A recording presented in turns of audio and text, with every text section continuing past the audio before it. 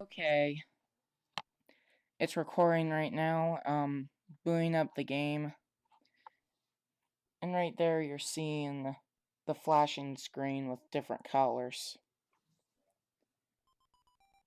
Glitchy is the way I describe that.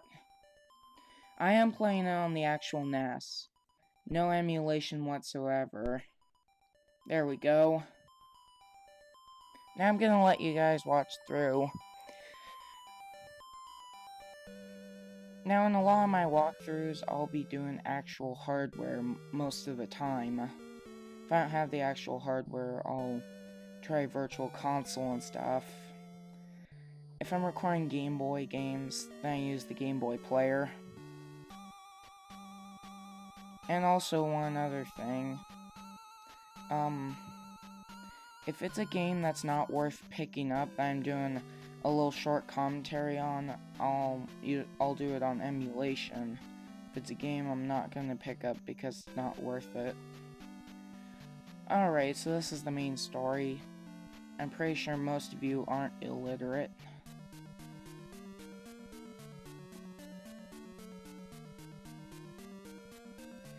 Now, me personally, I think Zelda 2 is better than the first, just by a tiny hair. Zelda 1 was actually really good. It was really fun exploring the world. I like Zelda 2 because it had a challenge to it. It's really challenging, and that's what it is. By the way, I'm the Soulless Gamer.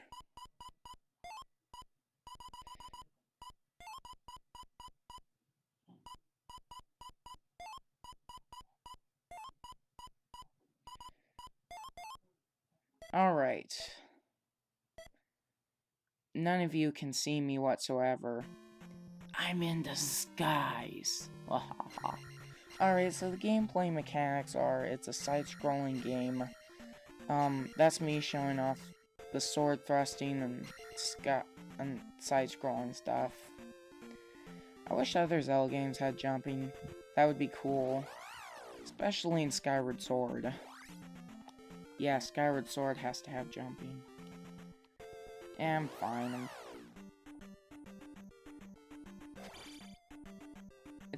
The sound's not the best quality because the NES is mono, of course. So this is a side-scrolling screen. You can enter battles, but I recommend following the yellow road. Imagine it as the yellow brick road near Dorothy. And those are bats. I got lucky and it dropped a pea bag. Yeah, I said pea. Once in a great while, an enemy will drop a pea bag, which will give you more experience. The general rule is, if an enemy gives under 50 experience points, if you defeat it normally, under 50 experience points, then it'll give you a 50 pea bag. If it's over 50, it'll give you a pea bag with 200 points. And that's the town of Rauru. If it's over 200, the enemy will drop a 500 pea bag. Okay, so you can talk to people and get hints. That's of course a good thing I like to do, is to talk to people. If all else fails, use fire. That's important, actually. It's gonna be for later on. I don't know if he's referring to the candle or not. Now this is the famous scene that a lot of people say, oh, Link is having sex. I can restore your life. Watch out for STDs, Link. Yeah.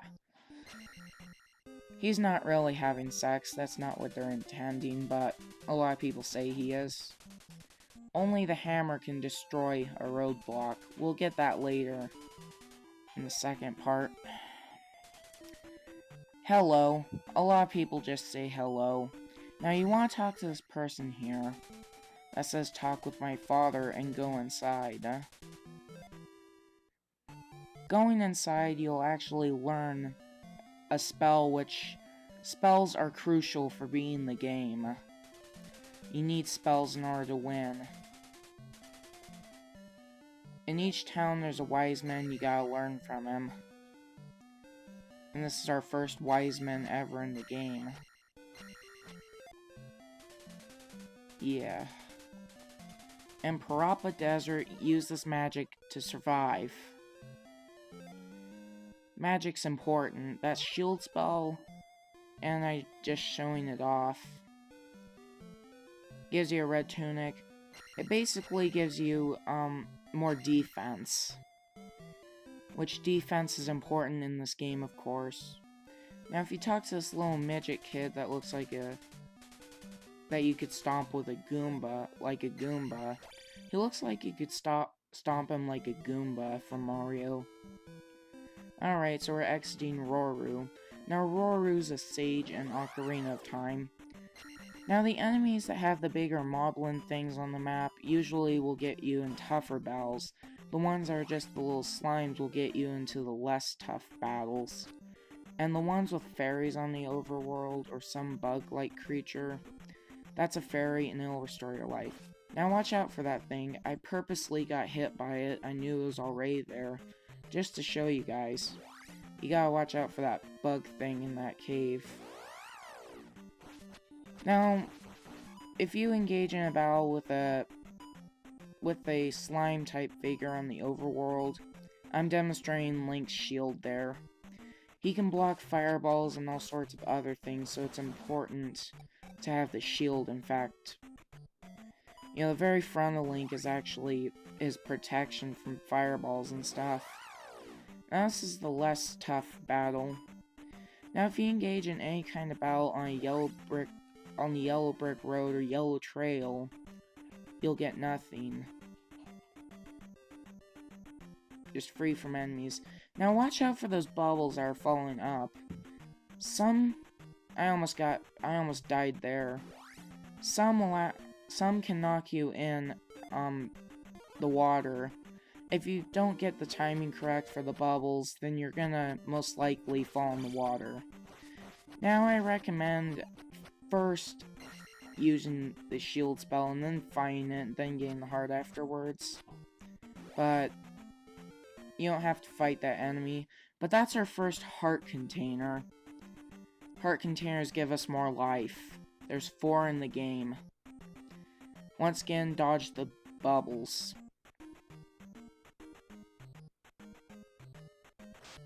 As you can see, I made it through. Now I'm using MPEG video format because it's higher quality. I tried WMV for my first test vids. The quality was really crappy. Now this is Parapa Palace, and you want to go down the elevator. Now these enemies will suck experience away. Now I purposely got hit by one of them just to show you what it does. It knocks out a bit of your health and 10 experience points if you look at the experience in the corner. So those enemies will take away 10. Certain enemies will take away 10 experience points if they hit you, which is quite unfair. Now for this one, you just want to hit downward and stab with your sword at the bottom of the feet. Now today, in fact, is actually... Okay, so if you want to pick up a key just like there, you're gonna have to stab it with your sword. It doesn't make sense, I know. But that's the way you pick up items, like keys. Now today was a lucky day for me because it's Thursday, the day I'm recording this video right now. School was pretty much gone. Now you don't have to stab those and kill them. You can actually jump over those things right there. But today was so icy. Freezing rain, black ice, snow. At around 5:40, the school called my high school and said, it's a 2-hour late start, meaning my school starts at 8, but it'll start at 10 with a 2-hour late start.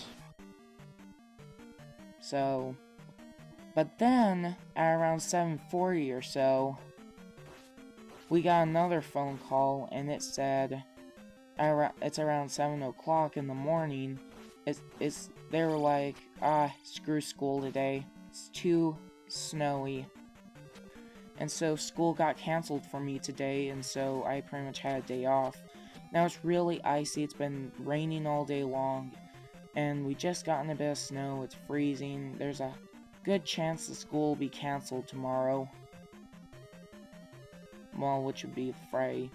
So with this bubble, it'll zap away a bit of your magic and health. Some enemies will do that. Once again, do the same for the skull. And for that bubble there, a lot of you might be thinking, well, this bubble will never die. Well, actually it does, but it takes so many freaking hits. You gotta be patient, bear with me.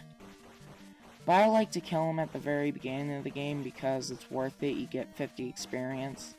Later on in the game they give around 20 and some 50, and it's not really worth it. Now watch out for that slime, or else he'll slime you like a prisoner. Yeah, I've seen that on prison shows. And that's a magic jar. Once again, you have to stab it to pick it up. You'll want to have magic in this game. So, just keep stabbing the bubble. Just keep slashing. You guys don't have to, but I really... Hold on, my microphone, I'm holding it. But it's really worth it. Finally, it died. There's a fairy to the right. Now, my life... Only use it when it's a true emergency. Now, it's a true emergency here. Not really worth it, but when I captured this with my capture card, I took the risk with a bit of health left. I took a little risk by going over here.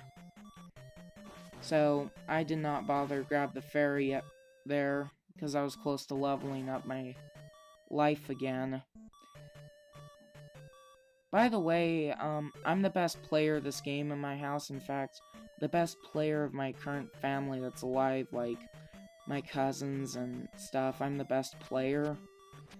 Now, this game is extremely hard. It's cruel. It's, like, difficult. I've had so much experience with this game. I've played it so many times.